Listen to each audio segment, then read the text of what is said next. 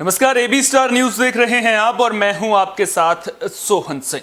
वक्त उछला है देश लाइव का, जिसमें सबसे पहले बात करेंगे महाराष्ट्र में बढ़ रहे सियासी संकट की। दरअसल महाराष्ट्र के हालात के बारे में पूरा देश जान रहा है। पूरे देश की नजर पल पल बदलते घटनाक्रम, पल पल बदलते सियासी समीकरणों पर टिकी हुई है। लेकिन सबसे जरूरी बात जो गौर करने वाली है कि जिस देश में लोकतांत्रिक मूल्यों को सर्वोपरि माना जाता है, जिस देश के लोकतंत्र की तारीफ दुनिया के तमाम देश करते हैं, उस देश में आखिर इस तरह के राज्यों में सरकारें बदलने का सिलसिला, सरकारों के अस्थिर होने का सिलसिला आखिर कब तक चलता रहेगा।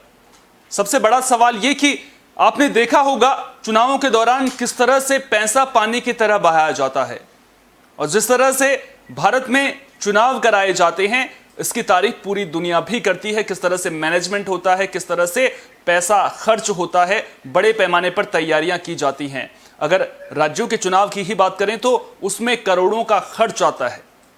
पार्टियां पानी की तरह पैसा बहाती हैं, लेकिन उसके बाद जब गठबंधन की सरकारें बनती हैं, उसके बाद बदलाव देखने को मिलते हैं। जो नेता चुनकर आते हैं उनमें परिवर्तन होते हुए नजर आते हैं, वो दल बदलते हुए नजर आते हैं। सवाल ये कि आखिर इस तरह की राजनीति से देश को क्या संदेश मिल रहा है। जब जनादेश का अपमान होता है, जब एक गठबंधन को तोड़कर पार्टियां दूसरा गठबंधन करती हुई नजर आती हैं, जब पार्टियों में रहने वाले नेता एक पार्टी को छोड़कर दूसरी पार्टी में शामिल होते हैं, तो इसका क्या असर जनता पर पड़ता है।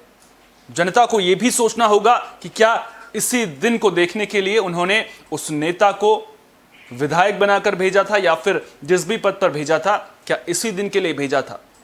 सवाल लाजमी है, क्योंकि जिस तरह के घटनाक्रम महाराष्ट्र में देखने को मिल रहे हैं उससे देश में सियासी भूचाल सा आ गया है। क्योंकि महाराष्ट्र में अब उद्धव ठाकरे के लिए अपनी कुर्सी बचाना मुश्किल हो गया है, क्योंकि एकनाथ शिंदे अपने साथ भी कर रहे हैं। दूसरी तरफ शिवसेना अब बागी विधायकों पर एक्शन के मोड में भी नजर आ रही है। 16 बागी विधायकों को अयोग्य ठहराने की मांग शिवसेना की ओर से की गई है, लेकिन अब अगर उन्हें अयोग्य ठहराया जाता है तो फिर किस तरह से महाराष्ट्र की सियासत के समीकरण बदलेंगे, और अगर अयोग्य नहीं ठहराया जाता है तो फिर किस तरह के समीकरण होंगे, इस पर भी नजरें लगातार बनी रहेंगी।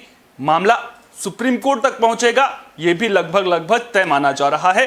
फ्लोर टेस्ट की नौबत आती हुई भी नजर आ रही है। लेकिन अब सवाल यह कि शिवसेना का क्या होगा।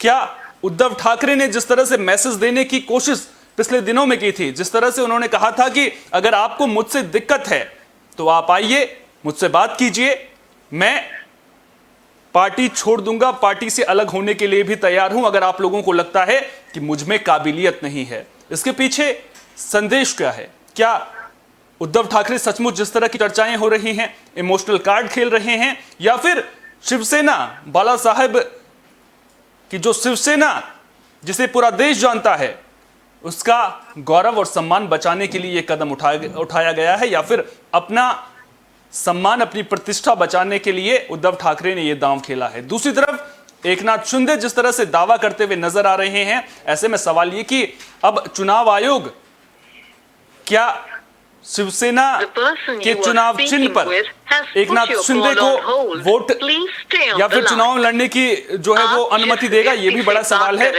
कुछ तस्वीरें हम आपको पुरानी दिखा देते हैं किस तरह से घटनाक्रम बदला है। ये तस्वीरें पिछले कुछ दिनों की हैं, आपकी स्क्रीन पर ये तस्वीरें चल रही होंगी। इन तस्वीरों में आप देख सकते हैं कि पल पल से किस तरह से घटनाक्रम बदला था, किस तरह से पहले सूरत में विधायकों का डेरा देखने को मिला और उसके बाद असम के गुवाहाटी में विधायक नजर आए। एकनाथ शिंदे बड़े बड़े दावे करते हुए नजर आ रहे हैं, बड़ी बड़ी बातें एकनाथ शिंदे की ओर से की जा रही हैं। अब ऐसे में जो शिवसेना का चुनाव चिन्ह है, क्या उसे हासिल करने में भी एकनाथ शिंदे कामयाब हो पाएंगे, यह अपने आप में बड़ा सवाल बनता हुआ नजर आ रहा है। सवाल इसलिए भी अहम है क्योंकि जिस तरह से सियासी समीकरण बदलते हुए नजर आ रहे हैं, ऐसे में क्या इसके पीछे बीजेपी का हाथ है? क्योंकि आरोप ये भी लग रहे हैं कि बीजेपी के इशारों पर एकनाथ शिंदे इस तरह की हरकतें कर रहे हैं। एकनाथ शिंदे के पीछे बीजेपी का हाथ है, उनके कंधे पर बंदूक रखकर बीजेपी काम कर रही है। लेकिन सवाल यह कि अगर किसी घर में जब ज्यादा बर्तन हो जाते हैं, बर्तन आपस में बजते भी हैं, तो उसकी आवाज तो सुनाई देती है, और अगर उसकी आवाज सुनाई देती है तो क्या उद्धव ठाकरे तक वो आवाज नहीं पहुंच पा रही थी? और अगर पहुंच पा रही थी तो फिर तत्काल समाधान क्यों नहीं किया गया? क्योंकि जिस तरह से आरोप बागी विधायक लगा रहे हैं, जो आरोप उन्होंने कहा लगाए हैं कि एनसीपी की बात करें या फिर कांग्रेस की बात करें, ये जो है शिवसेना को खत्म कर देंगे, ये डर इनको सदा रहा था। लेकिन क्या सचमुच में वजह यही है या फिर अपना राजनीतिक फायदा देखने के लिए इस तरह के कदम उठाए गए हैं? यह भी अपने आप में बड़ा सवाल है। कुल मिलाकर सवालों का अंबार लगा हुआ है, सियासत भी खूब देखने को मिल रही है।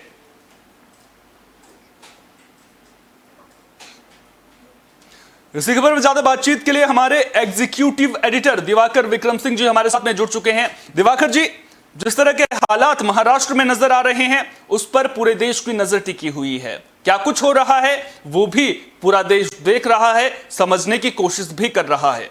महाराष्ट्र की जनता भी देख रही है कि आखिर उन्होंने वोट किन विधायकों को दिया था, और अब वो अगर इस तरह के कदम उठा रहे हैं तो जनता के बीच में क्या संदेश इसका जा रहा है, ये सबसे पहले मैं आपसे समझना चाहूंगा। और दूसरा मैं ये समझना चाहूंगा कि क्या सचमुच में नाराजगी इतनी थी कि शिवसेना का दामन ही छोड़ दिया गया, या फिर आने वाले दिनों में आपको क्या लग रहा है, शिवसेना से उद्धव ठाकरे अलग होते हुए नजर आ रहे हैं, एकनाथ शिंदे शिवसेना का चुनाव चिन्ह उन्हें मिलता हुआ नजर आ रहा है, या फिर कुछ और समीकरण बनते हुए नजर आ रहे हैं? क्या आपको लगता है कि आने वाले दिनों में किस करवट ऊंट बैठेगा महाराष्ट्र की सियासत की अगर बात करें?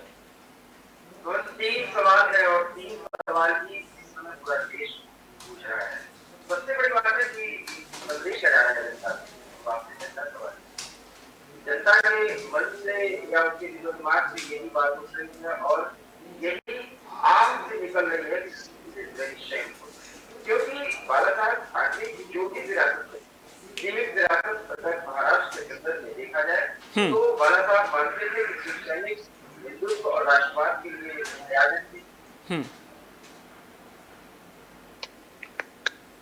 वो जी वो किसी भी तरीके से, आप सुन पा रहे हैं मुझे? जी जी बिल्कुल, आपकी आवाज आ रही है, अपनी बात पूरी कीजिए। तो उसमें बाला साहब की जो विरासत थी उसका किस तरीके से उसे तबाह किया गया, बर्बाद किया गया, उसमें सब शामिल है। और खुद जो इस समय उद्धव ठाकरे जो इसके अध्यक्ष हैं वो भी इसके लिए जिम्मेदार है। ये विधायक जो एकनाथ शिंदे के नेतृत्व में गुवाहाटी में फिलहाल डेरा जमाए हुए, एक अच्छा संदेश नहीं जा रहा है। अगर महाराष्ट्र की राजनीति के संदर्भ में देखा जाए, कम से कम शिवसैनिक जिसके लिए जाने जाते थे, समझे जाते थे, वो दो बातें थी। वहां विचारधारा की बात थी, उसमें हिंदुत्व था, राष्ट्रवाद था, और महाराष्ट्र बिल्कुल जिसको कहते हैं कि महाराष्ट्र सर्वोपरि है। तो महाराष्ट्र की भी अस्मिता नहीं रखी जा रही। कारण क्या है सोहन, जिस पर अभी लोग डिस्कस नहीं कर रहे हैं, कि शिव सैनिक वर्सेस शिव सैनिक बिल्कुल ये हो रही, जबकि विपक्ष ये साबित करने की कोशिश कर रहा है। विपक्ष में इस समय ये कह रहा हूँ कि कांग्रेस, एनसीपी और ये तमाम जो इस समय महाविकास आघाड़ी के इस समय कम से कम सत्ता पक्ष के पार्ट है, लेकिन आप विपक्ष की भूमिका अदा कर रहे हैं। लेकिन जो वो कह रहे हैं कि भारतीय जनता पार्टी ने सबटाज कर लिया है, वास्तव में ये लड़ाई तो शिव सैनिक वर्सेस शिव सैनिक चल रहा है। क्योंकि आप देखिए जितने भी नाराज विधायक हैं उनके पोस्टर और बैनर जहां भी लगे हैं उसको शिव सैनिक ही फाड़ रहे हैं। बिल्कुल किससे आदमी है? अब सवाल यह है कि जहां पर इतनी ज्यादा मतलब सोच में ये बात बैठ गई हो कि कौन किसके साथ है, और बहुत महत्वपूर्ण और मौजूद सवाल आपने किया कि उद्धव ठाकरे शिवसेना के साथ है या एकनाथ शिवसेना के साथ, या उद्धव ठाकरे को शिवसेना का सिंबल मिला एकनाथ शिंदे को। ये उस विरासत का अपमान या उसकी ये स्थिति आ गई सिर्फ सत्ता का मोह। और सोन, आपको याद होगा जब ये सरकार बनी थी, आघाड़ी सरकार, तो ये बेमेल सरकार इसलिए थी कि विचारधारा के स्तर पर दो पार्टियां अलग है। मैं अब आपको एक बात और बताता हूँ, बाला साहब ठाकरे का एक बयान हुआ करता था जो मीडिया के सामने उन्होंने दिया था कि उनके पार्टी में लोकतंत्र नहीं, वो हिंदुत्व और राष्ट्रवाद साहब कहते थे वो होना। और बाला साहब ने ये भी कहा था किस स्थिति में उनकी पार्टी का पराभव होगा, ये उन्होंने भविष्यवाणी बहुत पहले कह दी थी। और उन्होंने कहा था कि जब इस स्थिति में हमको समझौता करना हो तो हम ये पार्टी ही खत्म कर देंगे। यहाँ तक बात बाला साहब ने की। वही बाला साहब की विरासत उन्हीं के पुत्र किस तरीके से आगे ले गए, एक बेमेल समझौता किया, सरकार चलाए, बात ठीक है, ये राजनीति है, राजनीति इस तरह का समझौता या संकल्पों के साथ प्रोग्राम के समझौते के साथ आगे बढ़ते हैं, मुख्यमंत्री हो या कोई मंत्री।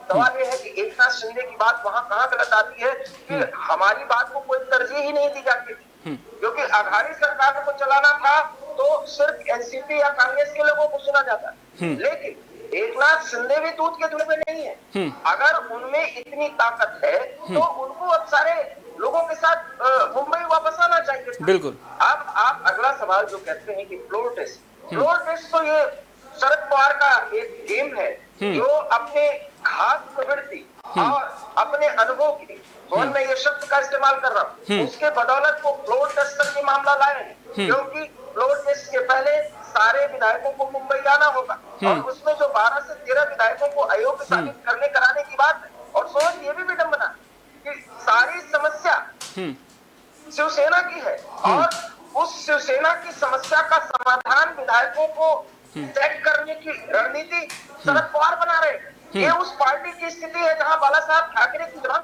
या उनके मुंह से निकले हुए बात ही सब कुछ हुआ करती थी। तो इस पार्टी का कितना पराभव हुआ है, एक महाराष्ट्र से जनता से पूछिए या उस मराठी से पूछिए जो मराठी अस्मिता के नाम पर शिवसेना के साथ होता है भावनात्मक रूप से, उसकी स्थिति क्या बना दी। और सिर्फ सत्ता का मोह, लेकिन यहाँ पर सत्ता का मोह एक नाथ शिंदे को नहीं है। एक नाथ शिंदे कहीं से डील नहीं है ऐसा नहीं कहा जा सकता, वो भी है और ताकत सचमुच में दिखाने की बात है। और देखिए स्वर्ण, अगली बात जो इनके माउथपीस है, जो इनके एक तरह से आप कह दीजिए विचारक है संजय राउत, अब वो कहते हैं कि सड़क पर भी हम भिड़ेंगे और सदन में भी भिड़ेंगे। महाराष्ट्र को आपने क्या बना दिया। ये शिवसेना वर्सेस शिवसेना की लड़ाई जो शरद पवार देश पितामह जिनको कहा जा रहा है वो बन करके देख रहे हैं और किस तरीके से बाला साहब ठाकरे की विरासत को तबाह किया जा रहा है, बड़े आराम से शरद पवार और कांग्रेस देख रहे हैं। एक पिक्चर चल रही है उसे देखा जा रहा है। कहने की बात और है कि यहाँ विधायकों को खरीद फरोख्त किया जा रहा है, उनको रखा जा रहा है। हालांकि इस बात से इनकार नहीं किया जा सकता कि ऐसा आरोप अगर लगता है तो उससे कोई मुंह नहीं मोड़ सकता। नहीं, मेरा सवाल यहाँ पर यह है, सवाल मेरा यह है कि जो खरीद फरोख्त के आरोप अगर लगाए भी जा रहे हैं तो आपके विधायक हैं, आप उन्हें संभाल क्यों नहीं पाए, ये भी तो सवाल होना चाहिए। और उसके अलावा जो एक अहम सवाल है जो जब मैंने इस प्रोग्राम की शुरुआत की थी उस वक्त भी ये सवाल पूछा था कि जब घर में इतने सारे बर्तन बजते हैं तो उसकी आवाज सुनाई देती है, आवाज सुनाई जरूर दी होगी, क्या नजरअंदाज इतना कर दिया गया कि अब बगावत पर विधायक उतर आए। सबसे बड़ी वजह इस टूट की क्या मानते हैं आप, क्योंकि आरोप ये भी लग रहे हैं कि एनसीपी का कद जो है वो लगातार बढ़ रहा था, कांग्रेस के विधायक जो है वो आसानी से उद्धव ठाकरे से मुलाकात कर सकते थे, एनसीपी के विधायक जो है आराम से शिवसेना के जो उद्धव ठाकरे उनसे मुलाकात करते थे, लेकिन जो शिवसेना के अपने विधायक हैं उनका बिल्कुल भी ध्यान नहीं रखा जा रहा था। यानी कि जो मंत्रालय दिए गए थे उनमें जो मंत्रालय एक नाथ शिंदे के पास था उसमें उनके बेटे का जो दखल था वो ज्यादा है, जो फैसले लिए जा रहे हैं उनमें शरद पवार के दखल ज्यादा है। तो ये तमाम वजहें रही हैं कहीं ना कहीं जिसकी वजह से जो है ये नौबत आ जा चुकी है। जिस तरह से आपने शिवसेना वर्सेस शिवसेना कहा, और ये जो लड़ाई है वो कहीं ना कहीं शिवसेना के लिए ही खतरनाक साबित होती हुई नजर आ रही है। सवाल मेरा अब आपसे ये है कि अब आगे कई सारे समीकरण बनते हुए नजर आ रहे हैं, आपसे मैं ये समझना चाहूंगा कि जो प्रबल स्थिति है वो कौन सी बन रही है। क्या राष्ट्रपति शासन लगता हुआ नजर आ रहा है, क्या बीजेपी जो बागी विधायक हैं उनको अपने साथ जोड़ करके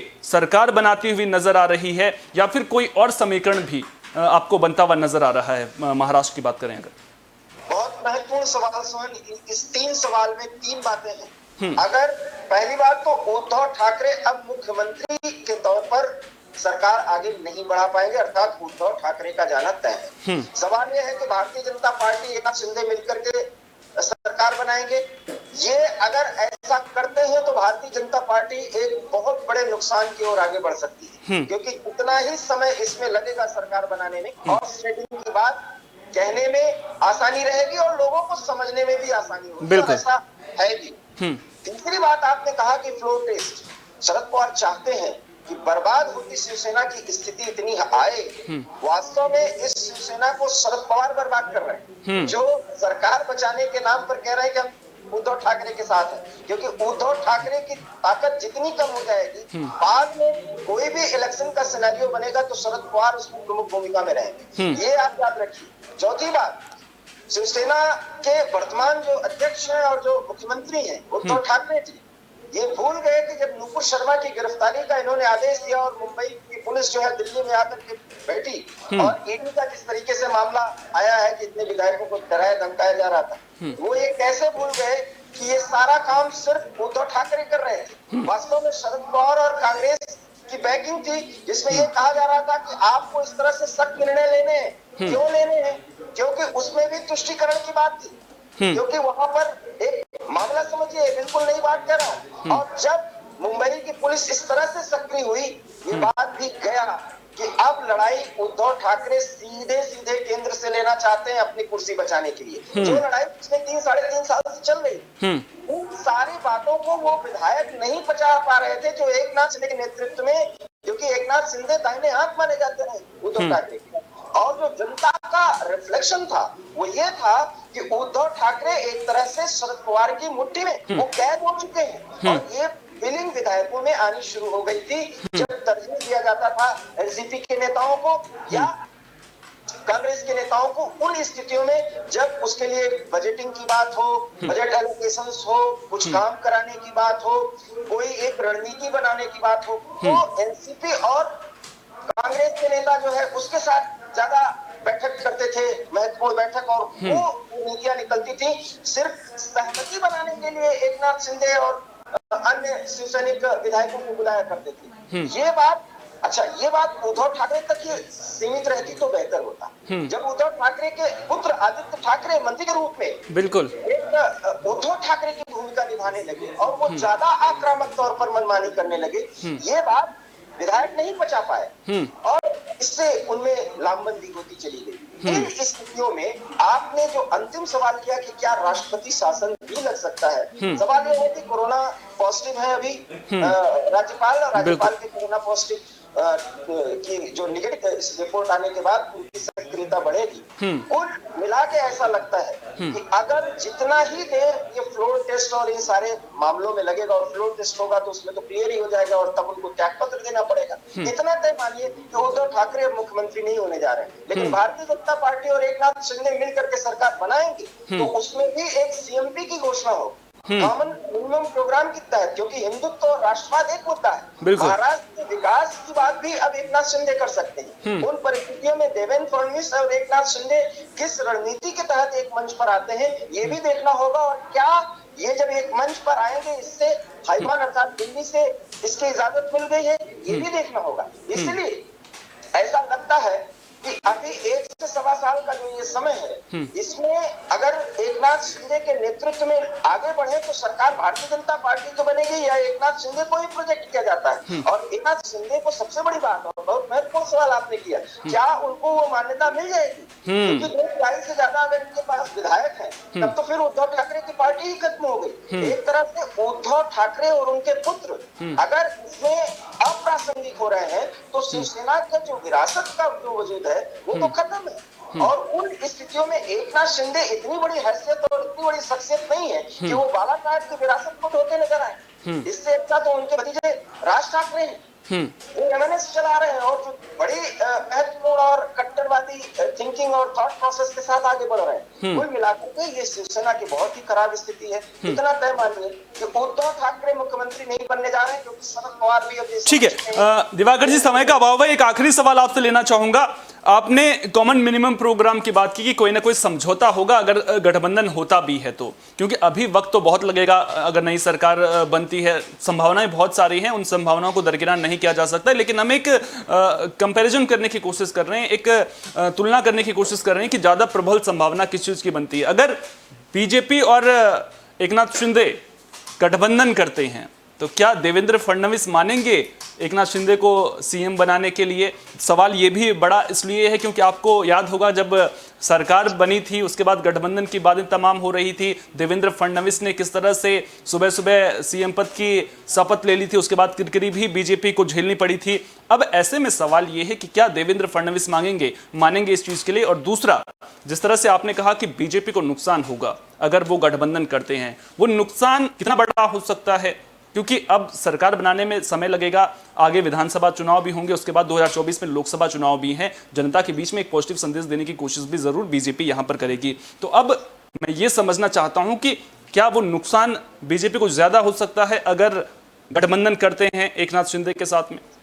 नुकसान इस महीने में होगा क्योंकि शिवसेना में जो संजय राउत घोषणा कर चुके हैं सोहन, शिव सैनिक जो कार्यकर्ता है वो तो उद्धव ठाकरे के साथ, क्योंकि मातोश्री से उनका लगाव है, वहां आज भी वो बाला साहब की छवि देखते हैं। तो इस तरीके से शिव सैनिक जो कार्यकर्ता है वो अलग नहीं होंगे, और उन स्थितियों में एकनाथ शिंदे गुट और शिव सैनिक मूल जो है उनके बीच में संघर्ष होगा, और महाराष्ट्र में फिर लॉ एंड ऑर्डर एक बड़ी समस्या बन जाएगी। ऐसे में अगर बीजेपी सरकार बनाती है, और नई बात आपने एक सवाल किया कि देवेंद्र फडणवीस मानेंगे या नहीं, खैर भारतीय जनता पार्टी में किसी नेता की इस समय इतनी औकात नहीं है कि अगर केंद्र कह दे तो फिर वो अपनी मनमानी करेगा, तो उनको मानना ही नहीं, जो कहा जाएगा वो मानेंगे। सवाल यह है कि एकनाथ शिंदे को ही क्या मुख्यमंत्री के तौर पर प्रोजेक्ट किया जाएगा? मुझे लगता है कि सबसे बड़ा रास्ता बीजेपी के लिए यही है कि वो एकनाथ शिंदे को मुख्यमंत्री के तौर पर प्रोजेक्ट करे।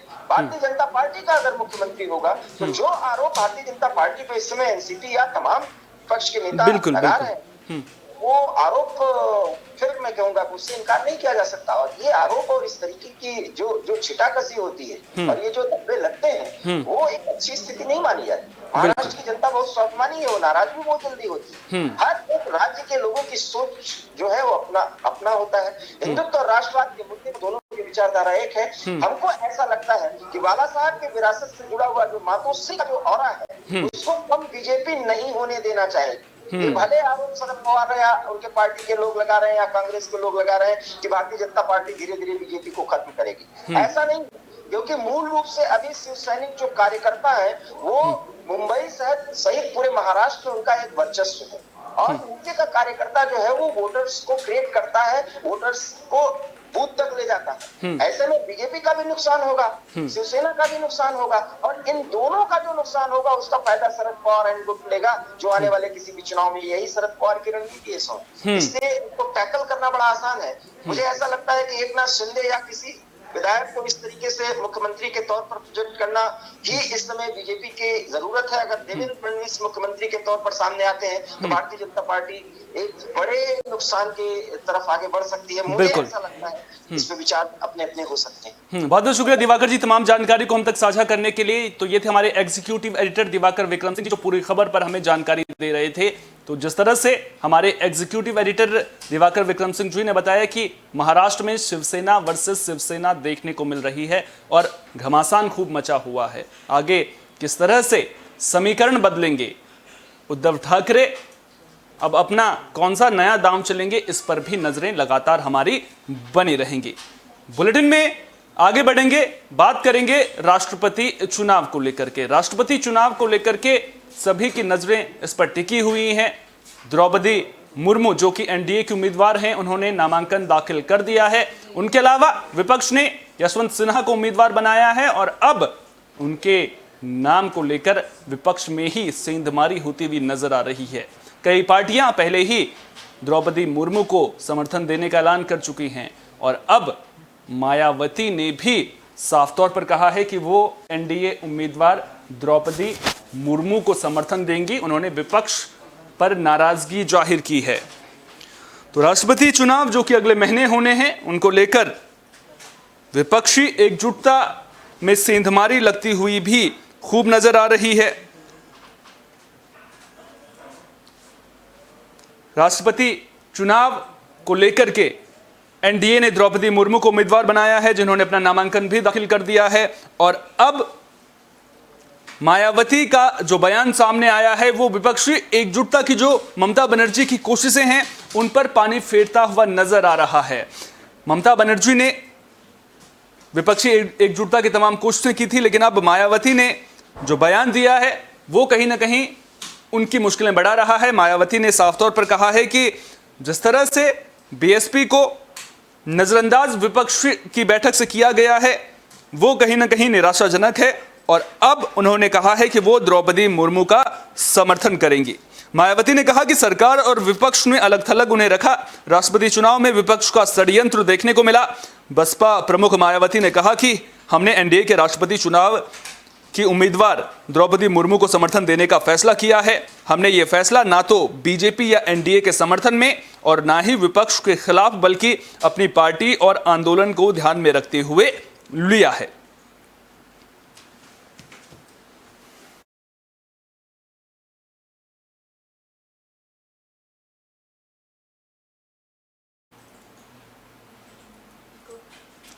तो अगले महीने राष्ट्रपति चुनाव हैं और मायावती ने साफ तौर पर कह दिया है कि वो एनडीए उम्मीदवार को अपना समर्थन देंगे। दूसरी तरफ यशवंत सिन्हा अपनी जीत के लिए एड़ी चोटी का जोड़ लगाते हुए नजर आ रहे हैं। उन्होंने बीजेपी के कई नेताओं से समर्थन मांगा है। प्रधानमंत्री नरेंद्र मोदी, राजनाथ सिंह से भी यशवंत सिन्हा ने समर्थन मांगा है। लालकृष्ण आडवाणी का आशीर्वाद मांगा है और साथ ही साथ उन्होंने कहा है कि जो बीजेपी के बड़े नेता हैं वो उन्हें राष्ट्रपति चुनाव में समर्थन दे। तो यशवंत सिन्हा ने बीजेपी के शीर्ष नेता लालकृष्ण आडवाणी, पीएम नरेंद्र मोदी और रक्षा मंत्री राजनाथ सिंह से भी समर्थन मांगा है। 84 वर्षीय सिन्हा अटल बिहारी वाजपेयी की सरकार में केंद्रीय वित्त और विदेश मंत्री रह चुके हैं। 18 जुलाई को होने वाले राष्ट्रपति चुनाव में केंद्र में सत्तारूढ़ बीजेपी नीति एनडीए ने द्रौपदी मुर्मू को अपना उम्मीदवार बनाया है। मुर्मू ने कल पीएम मोदी समेत दिग्गज नेताओं की मौजूदगी में नामांकन दाखिल कर दिया। मुर्मू को कई गैर एनडीए दलों का भी समर्थन हासिल है, इसलिए उनकी जीत तय मानी जा रही है। लेकिन विपक्ष के साझा उम्मीदवार सिन्हा अभी भी मैदान में डटे हुए हैं। वे सतत प्रचार अभियान भी चला रहे हैं। यशवंत सिन्हा ने शुक्रवार को पीएम मोदी और रक्षा मंत्री राजनाथ सिंह से संपर्क किया। जानकारी के मुताबिक उन्होंने दोनों नेताओं से अपनी उम्मीदवारी का समर्थन करने का आग्रह किया। उन्होंने बीजेपी के शीर्ष नेता लालकृष्ण आडवाणी से भी आशीर्वाद मांगा। अटल सरकार में आडवाणी उप प्रधानमंत्री रहे थे और उसी सरकार में सिन्हा केंद्रीय मंत्री रहे थे। लंबे वक्त तक बीजेपी में रहने के बाद उन्होंने पार्टी छोड़ दी थी। मोदी सरकार 1 में उनके बेटे जयंत सिन्हा वित्त मंत्री रहे थे। जयंत सिन्हा अभी भी बीजेपी सांसद हैं, लेकिन उन्हें मोदी सरकार 2 में मंत्री नहीं बनाया गया है। सिन्हा ने झारखंड के सीएम हेमंत सोरेन को भी फोन किया। सिन्हा ने उन्हें याद दिलाया कि उनकी पार्टी जेएमएम ने विपक्ष के साझा प्रत्याशी के समर्थन का ऐलान किया था। सिन्हा शुक्रवार को झारखंड से प्रचार शुरू करने वाले थे, लेकिन अब जेएमएम ने भी संथाल आदिवासी नेता द्रौपदी मुर्मू का समर्थन कर दिया है, इसलिए उन्होंने ये टाल दिया है। संभावना ये जताई जा रही है कि यशवंत सिन्हा 27 जून यानी कि सोमवार को अपना नामांकन दाखिल करने वाले हैं। इस मौके पर विपक्ष के दिग्गज नेताओं के मौजूद रहने की भी संभावना है। इससे पहले एनडीए की उम्मीदवार द्रौपदी मुर्मू ने कांग्रेस अध्यक्ष सोनिया गांधी, एनसीपी नेता शरद पवार, टीएमसी प्रमुख ममता बनर्जी से समर्थन मांगा। चुनाव आयोग द्वारा तय कार्यक्रम के मुताबिक राष्ट्रपति चुनाव के लिए मतदान 18 जुलाई को होगा और परिणाम 21 जुलाई को आएंगे। मौजूदा राष्ट्रपति रामनाथ कोविंद का कार्यकाल 24 जुलाई को खत्म होगा।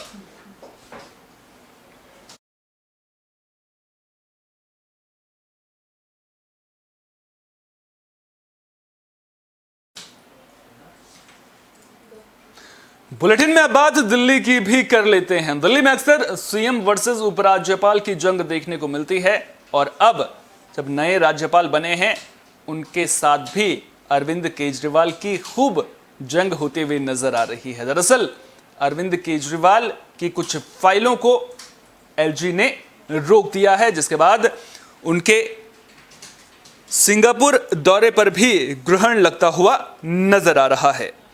तो दिल्ली के मुख्यमंत्री अरविंद केजरीवाल और हाल ही में उपराज्यपाल नियुक्त हुए विनय कुमार सक्सेना के बीच विवाद की स्थिति उत्पन्न हो गई है।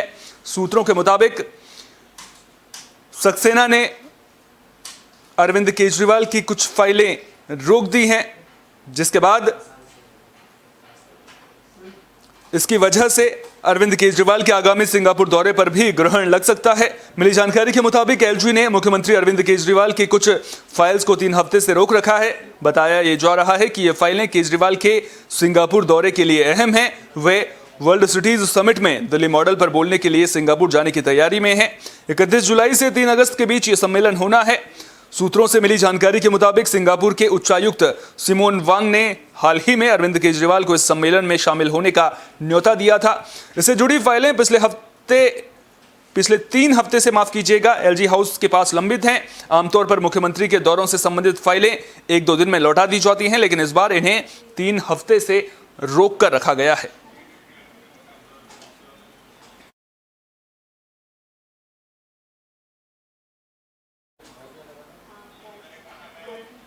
बुलेटिन में अब बात कोरोना की भी कर लेते हैं। दरअसल कोरोना के मामलों में उतार चढ़ाव लगातार देखने को मिल रहा है। पिछले 24 घंटे की बात करें तो कल के मुकाबले मामलों में गिरावट जरूर देखने को मिली है, लेकिन अभी भी आंकड़े 15,000 से ज्यादा सामने आए हैं, यानी कि टेंशन बढ़ना लाजमी है, सावधानी बरतना बेहद जरूरी है। तो देश में बीते 24 घंटे में 15,940 नए कोरोना संक्रमित मिले और 20 लोगों की महामारी से मौत हो गई। एक्टिव मरीजों की संख्या भी बढ़कर 91,000 के पार पहुंच गई है। हालांकि शुक्रवार की तुलना में नए संक्रमितों की संख्या कम है।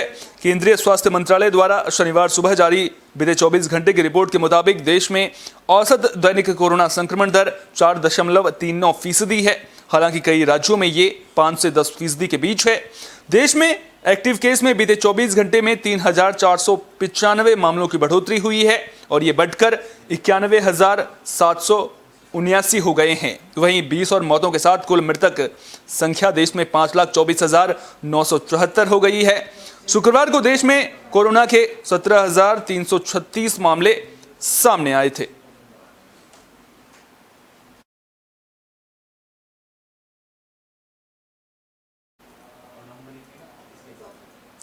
बुलेटिन के आखिर में बात असम में बाढ़ के हालात की भी कर लेते हैं। दरअसल असम में बाढ़ से हालात भयावह हो चुके हैं। जिंदगी और मौत के बीच में लोग जूझ रहे हैं। पानी, जो बाढ़ का पानी है, वो लोगों के लिए बड़ी परेशानी बनता हुआ नजर आ रहा है। गांव के गांव डूब चुके हैं। लोगों के घर अब पानी में डूबे हुए नजर आ रहे हैं। लोगों को समझ ही नहीं आ रहा है कि अब आगे उनकी जिंदगी कैसे चलेगी। राहत बचाव का काम भी जोर शोर से चल रहा है। तो असम में बारिश से हालात लगातार खराब होते हुए नजर आ रहे हैं। बाढ़ के कारण स्थिति विकट बनी हुई है। राज्य के 28 जिलों के 33 लाख से ज्यादा लोग बाढ़ से प्रभावित हुए हैं। नागौन जिले के 155 गांव अब भी डूबे हुए हैं। घरों में पानी घुसने से लोग हाईवे के किनारे तंबू लगाकर रहने को मजबूर हैं। नागौन के राहा विधानसभा क्षेत्र में करीब 1.42 लाख लोग बाढ़ की मार से बुरी तरह प्रभावित हुए हैं। उनके घर डूब गए हैं। जानकारी के मुताबिक सैकड़ों लोगों को अपना घर बार छोड़कर हाईवे और सड़कों के किनारे तंबू लगाकर रहना पड़ रहा है। पानी की निकासी नहीं होने से जल्द हालात सुधरने के आसार भी नहीं हैं। केंद्रीय मंत्री सर्बानंद सोनोवाल ने बीते दिनों इलाके का दौरा कर हालात का जायजा भी लिया था। नागौन जिले में बच्चों को राहत शिविरों में ही प्री स्कूल गतिविधियां करानी पड़ रही हैं। एकीकृत बाल विकास सेवाओं के सुपरवाइजर एनडी डोले ने बताया कि स्कूल पूर्व की गतिविधियों में सुबह की प्रार्थना, व्यायाम, चित्रकला सिखाई जा रही है। असम के आपदा प्रबंधन प्राधिकरण से मिली जानकारी के मुताबिक सभी 28 जिलों के 33 लाख से ज्यादा लोग बाढ़ से प्रभावित हैं। 2.65 लाख से ज्यादा लोग राहत शिविरों में रह रहे हैं। बाढ़ और वर्षाजन्य हादसों के कारण अब तक 118 लोगों की मौत हो चुकी है। तस्वीरों में भी आप बाढ़ का भयावह रूप देख सकते हैं। किस तरह से जिंदगी के लिए जद्दोजहद असम के लोग कर रहे हैं, इन तस्वीरों से साफ होता हुआ नजर आ रहा है। जिंदगियां बाढ़ से प्रभावित हुई हैं। आम जनजीवन प्रभावित हुआ है। लोगों के लिए भविष्य की चिंता अब लोगों को सताती हुई नजर आ रही है और कई तस्वीरें भी सोशल मीडिया पर जमकर वायरल हो रही हैं। असम में हर ओर बस पानी ही पानी नजर आ रहा है।